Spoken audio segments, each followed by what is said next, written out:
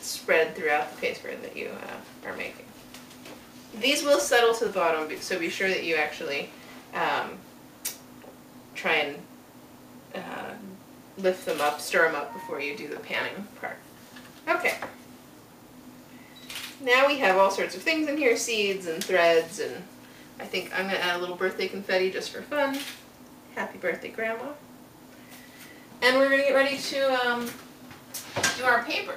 So, you either want a big pile of paper towels or a big pile of regular towels, something that you don't mind getting dirty and that you can use to soak up a lot of water, because obviously there's a lot of water in this paper. So we're going to start with a layer on the bottom, and we're going to stick our sieve in like I said, squish it down, try and swirl it around to get enough paper on. Because this is sort of a large piece of paper, you want to make sure you get enough pulp. This is looking a little thin to me. And then we're going to pull up slowly. 1, 2, 3, 4, 5, 6, 7, 8, 9, 10. And let the water drain out. I can even see there's still a little water that needs to drain still. And we're very slowly going to let this all drain out.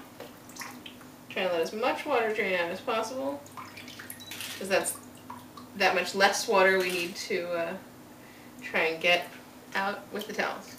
And here you go. We have paper on our thing. And we're just going to transfer it over to the towel and take the embroidery hoop apart. This is sort of the best invention of this kind of paper making instead of using the old-fashioned frame and decal, because this way you can leave the cheesecloth on the towel and you can take your frame and make another piece of paper all at once. So we're going to take that apart, lift out the frame, try and do it gently so you don't rip too much of the paper like I'm doing over here on the edge. I think I got a little bit of my cheesecloth caught on this edge, but that's okay. Peel this little bit of paper off and throw it back in. And there we have our very first piece of paper with your new kit. You can see it's got some Cosmo seeds, it's got some confetti, it's a little bit purple. I think I might want to let the next batch soak a little more in the water. And now we just want to squeeze the water out of it. So we're going to take a second towel, big heavy layer so you don't put too much pressure, and squeeze as much water out as you can.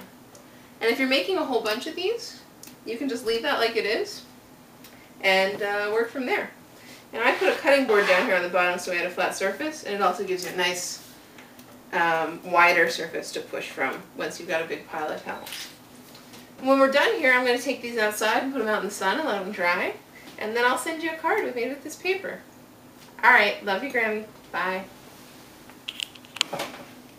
I forgot one thing. Sometimes when you're making your paper, you may want to add a little bit of liquid starch to the vat, because that will make it so that your paper doesn't absorb as much ink. So I read that you can also spray it on the paper afterwards if you've forgotten. So that's what I'm going to do with this sheet. You can see that it's dry enough that I can lift it up and flip it over. And just spray a little liquid starch all over it. And then I'm going to add 2 teaspoons of liquid starch to the vat, just to help it absorb. That's it. Happy paper making, Grandma. Happy birthday.